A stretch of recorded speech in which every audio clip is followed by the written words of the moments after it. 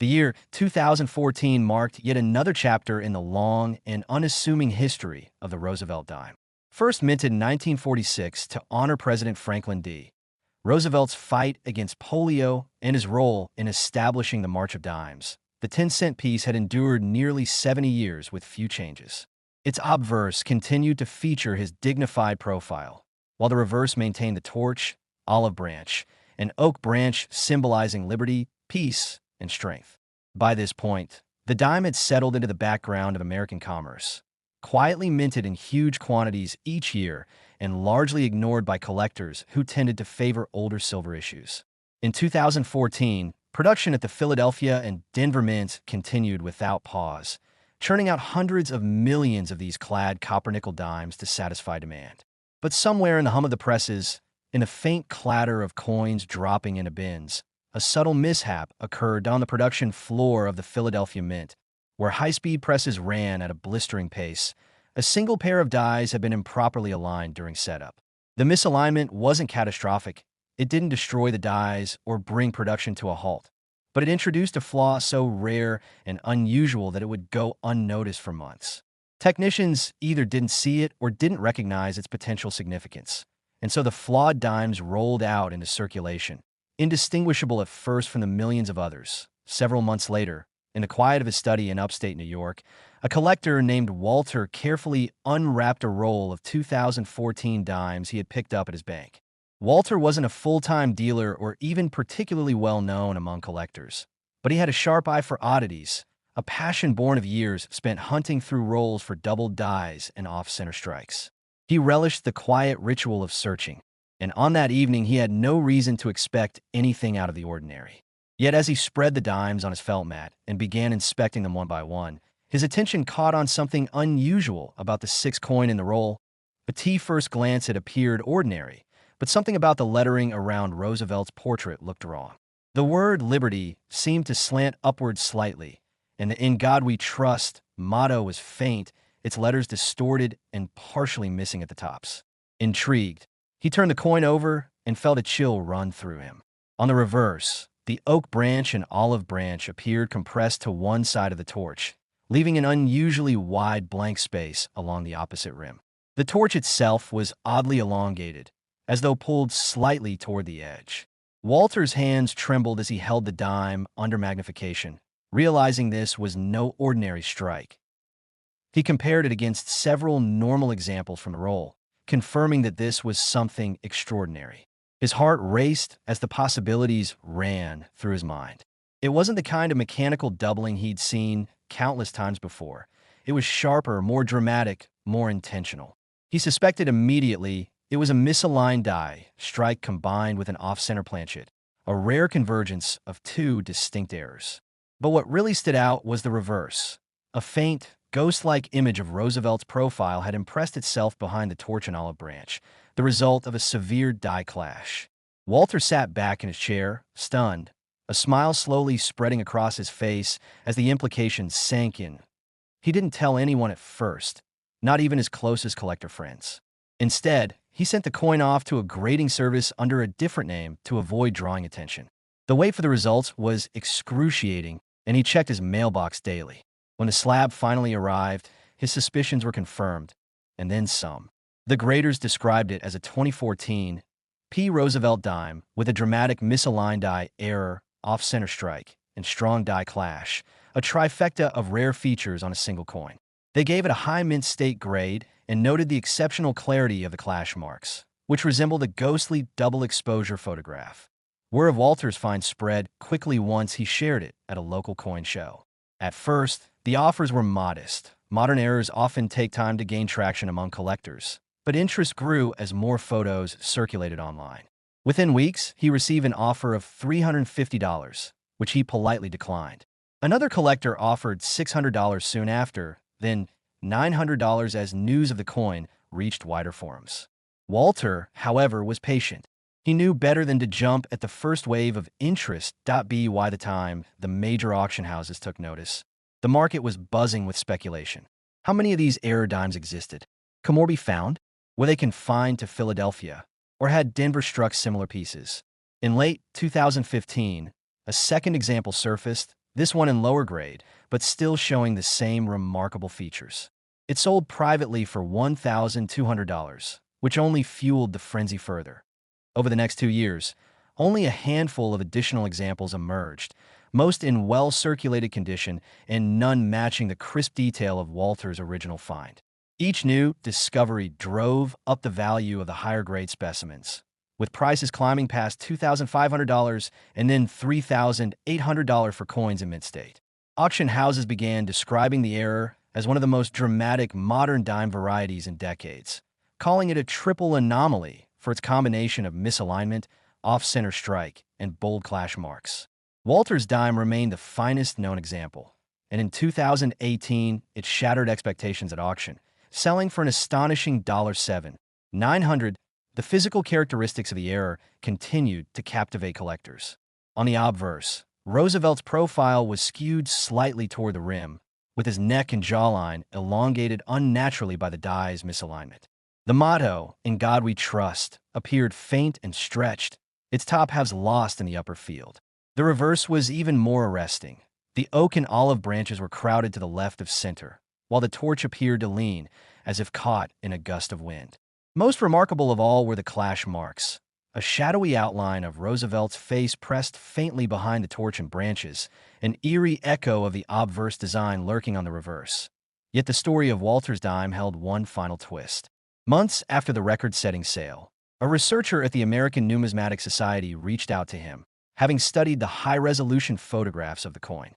In the lower right quadrant of the reverse, barely visible under ordinary light, the researcher spotted something no one else had noticed: a faint, curved line running through the olive branch that turned out to be a retained cud, a fragment of die material that had cracked and shifted during the strike, leaving behind a distinctive ridge. This subtle feature suggested that Walter's coin was not just one of the earliest examples struck with the flawed dies, but also one of the very last struck before the die finally failed completely. This revelation sent shockwaves through the collecting world. A retained cud on top of a misalignment, offset or strike, and strong clash marks was virtually unheard of on a modern dime. It was a unique confluence of errors, elevating Walter's coin from an extraordinary anomaly to a singular, one-of-a-kind piece of minting history. Collectors began scouring rolls of 2014 dimes with renewed vigor, hoping to find anything even remotely close to Walter's discovery. A few more examples trickled in, but none matched its combination of features.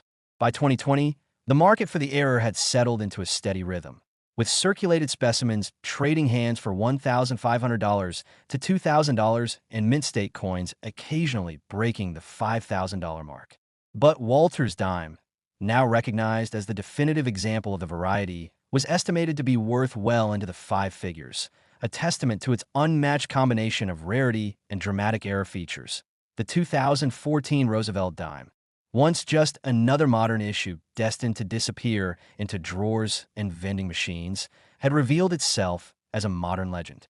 Its improbable journey from the frantic presses of Philadelphia to the careful hands of a quiet collector in New York, from humble bankroll to auction block, had reshaped how collectors viewed even the most ordinary of coins. And somewhere in his study, Walter kept a framed photograph of that tiny silver disc, its ghostly profile and fractured die, a constant reminder of what wonders still hide in plain sight, waiting to be found by those who look closely enough. In 2022, the United States Mint continued its long tradition of striking the familiar Jefferson nickel, a coin that had remained largely unchanged in its obverse portrait since its redesign in 2006. That year, production ramped up once again at both Philadelphia and Denver to meet steady public demand. The nickel, still struck in a copper-nickel alloy weighing precisely 5 grams, bore Jefferson's right-facing profile on the obverse and the neoclassical depiction of Monticello on the reverse, a timeless nod to the third president's architectural legacy. Billions of these coins poured from the presses, filling bank rolls, cash drawers, and pockets. On the surface, nothing seemed unusual. Another predictable year for a modest coin that seldom commanded attention from collectors. Yet as the machinery worked tirelessly in the cavernous minting facilities, something quiet and unexpected slipped through. Hidden among the masses of ordinary nickels, it wasn't until late summer that anyone even noticed. The Denver Mint's machinery, after months of continuous operation, began producing nickels from a newly paired set of dies. These fresh dies had been prepared quickly to keep pace with production schedules, and though they were examined for defects, something subtle escaped the usual checks. A small misalignment, barely perceptible during setup, left one of the dies tilted just enough to produce a bizarre, yet fascinating, effect. The error only affected a tiny fraction of coins struck before the dies were corrected, and no one at the mint initially reported it. But those few coins made their way into circulation, indistinguishable at first glance. Weeks later, a collector named Grace stumbled onto one of them. Grace was an unassuming enthusiast from the Midwest who developed a keen eye for modern errors, a skill honed by years of examining pocket change and bankrolls. One evening, while unwrapping a box of nickels she'd purchased from her local bank, she noticed something odd glinting among the usual shine. At first, she thought her eyes were playing tricks on her. Jefferson's face seemed subtly skewed, and the lettering around his portrait appeared to stretch unnaturally toward the rim. She tilted the coin under her desk lamp, her heart rate climbing as she realized it wasn't just worn or damaged. With trembling fingers, she set the coin under her loupe and examined it more closely. It was a 2022 D nickel, but the details were peculiar. The words "In God We Trust" and "Liberty" were faintly doubled, slanting upward. Jefferson's bust looked elongated at the neck, as though caught mid-motion. On the reverse, Monticello appeared slightly shifted, with faint shadow lines at its edges and steps. The more she looked, the more convinced she became that this was no ordinary strike, that Grace's excitement gave way to caution. Modern nickels weren't generally considered fertile ground for valuable errors, and her first thought was mechanical doubling, a common and usually insignificant phenomenon. But something about the crispness of the doubling and the way the design elements distorted suggested otherwise. After an hour of comparison to normal examples and some online research, she realized what she might be holding. An example of a rare die clash and misalignment hybrid, a striking error caused by improperly paired dies and a slight rotational offset. She kept her find quiet, choosing to send it off to a grading service rather than risk selling it raw. The weeks of waiting felt agonizing, but the confirmation she received justified her patience. Her nickel was authenticated as a 2022 D. Jefferson nickel with a dramatic misaligned die error and strong clash marks, visible without magnification, one of the most pronounced seen in decades on a modern 5-cent piece. The grading report assigned it a high mint state designation, its surfaces unblemished, its error spectacularly preserved. The numismatic community took notice quickly once word of her find spread. Initially, her coin's value was hard to pin down. Modern errors often struggled to find footing in the marketplace, dismissed by some as novelties. But the dramatic nature of this error, combined with its scarcity and clarity, set it apart. Grace was initially offered $1,200 by a private buyer within days of her posting photographs on a collector's forum. She declined. 2 weeks later, another offer came in at $2,800. Still, she waited. By early 2023, several more examples surfaced, though none quite as clean or striking as hers. The market buzzed with debate over the exact number of survivors and their potential worth. Auction houses began listing verified examples at steadily rising estimates. In April, a specimen in slightly lower condition than Grace's sold for $4,500. A month later, another example, comparable but with more evident handling marks, fetched nearly $7,000 after spirited bidding. Grace's patience paid off when her nickel finally crossed the auction block. Interest had grown to a fever pitch by then, with speculators, dealers, and modern error enthusiasts vying for a chance to own the coin that had become the centerpiece of the variety. The bidding opened at $10,000 and climbed higher, passing $15,000 in a matter of minutes. Gasps and murmurs punctuated the tense silence of the room as the final hammer fell at an astonishing $19,800. Grace smiled faintly as she watched the crowd disperse, her modest discovery now a star. The physical characteristics of the error continued to captivate collectors even as more research came to light. Under close examination, the misalignment tilted Jefferson's bust just enough to create a dynamic, almost surreal appearance, his dignified expression marred by subtle elongation. The doubling of the motto and the oddly stacked letters of E Pluribus Unum on the reverse added to its allure. But the most startling feature was the clash marks, ghostly impressions of Monticello's dome and columns appearing faintly over Jefferson's cheek and jawline. These marks indicated that the dies had struck each other at least once without a planchet in place, leaving behind haunting impressions that transferred to subsequent coins. What made Grace's coin unique, however, was an additional twist that no one anticipated.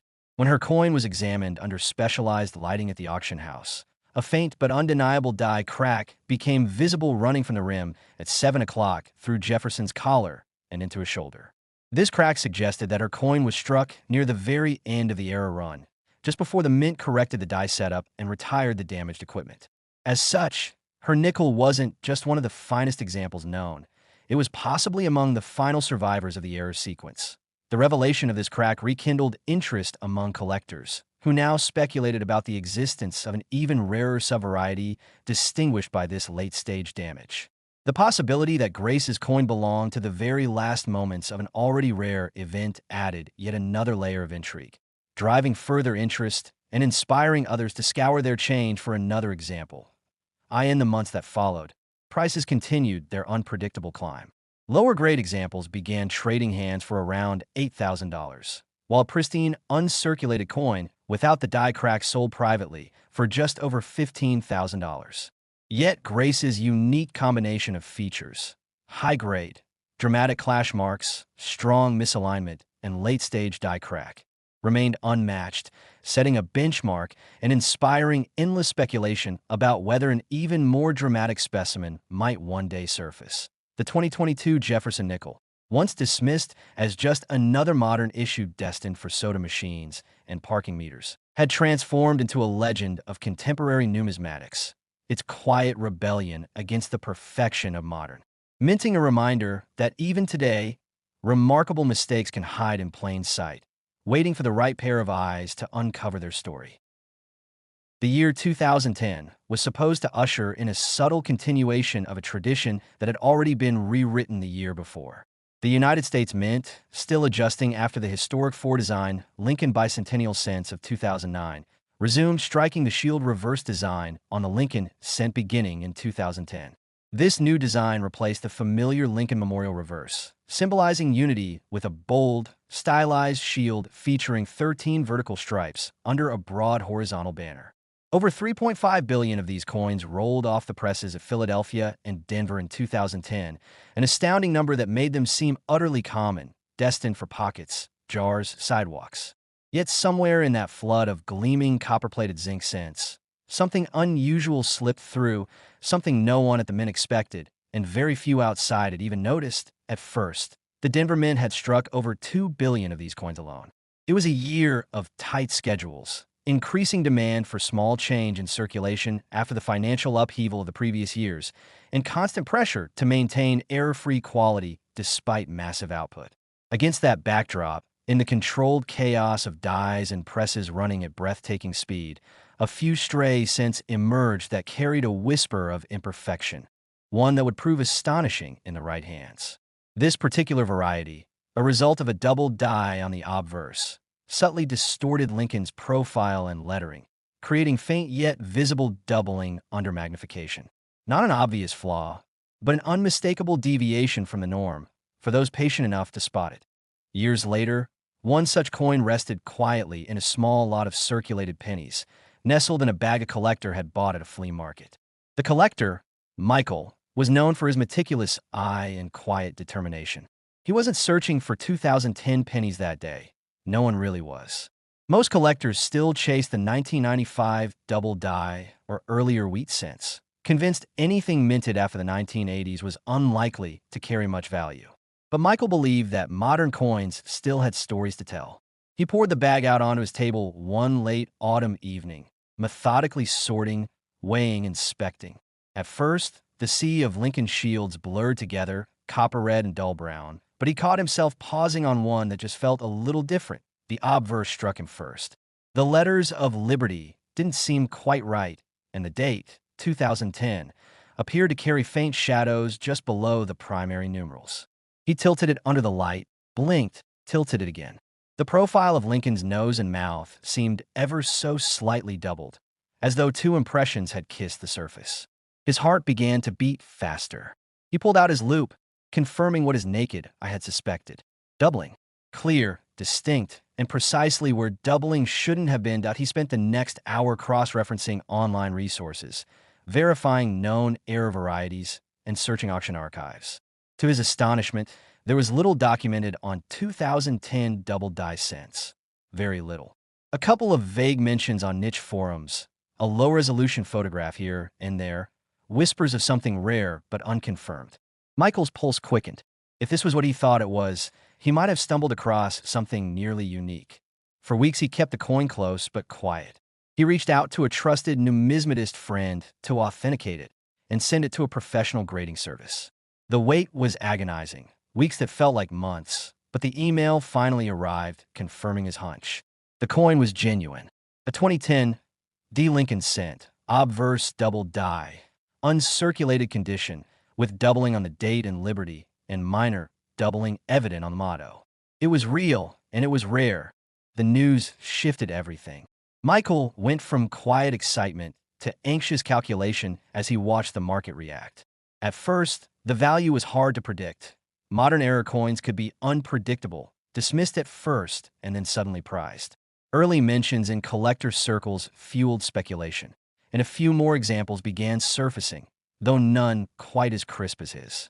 One sold at a local coin show for a modest but promising $2,500.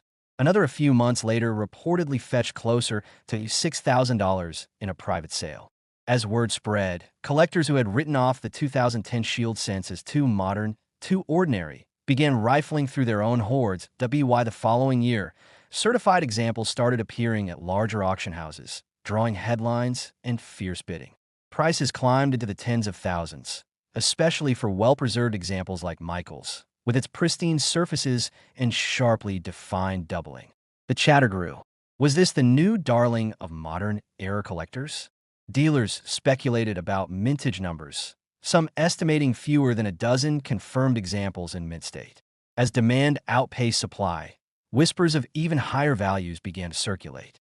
Michael watched the market with quiet satisfaction and growing tension. The coin now securely stored, its fate undecided. The physical error itself, once you knew what to look for, was subtle but mesmerizing. Under magnification, the doubling lent the date and motto a ghostly, almost three-dimensional quality, as though Lincoln's image stood in two places at once. The sharpness of the strike elsewhere suggested that this was not simple mechanical doubling, a more common and far less valuable mishap, but a true double die, the result of a misalignment during die creation itself. Such errors were rare enough in earlier decades, and even more so in modern times, given the mint's improved quality controls. The 2010 cents double die stood as a quiet rebellion against that modern perfection, a reminder that even in an era of precision, a little human fallibility still crept in. But as Michael prepared to consign his coin to a major auction, a twist emerged.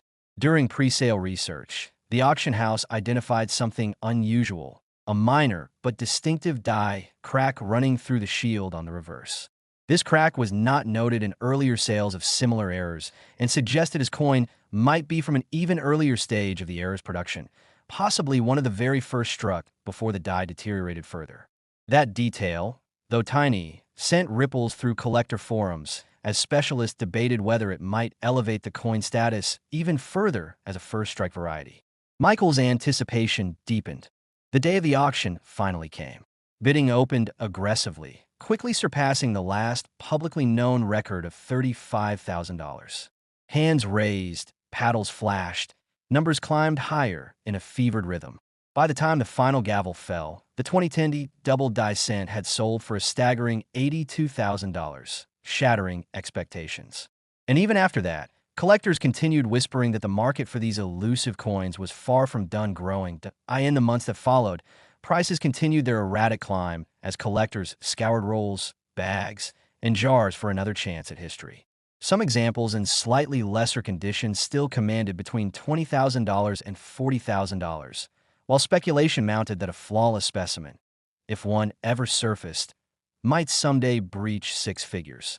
The 2010 cent that began as just another copper-plated afterthought had transformed into a numismatic star, proof that even the smallest coin could hold untold stories and extraordinary value in the right light.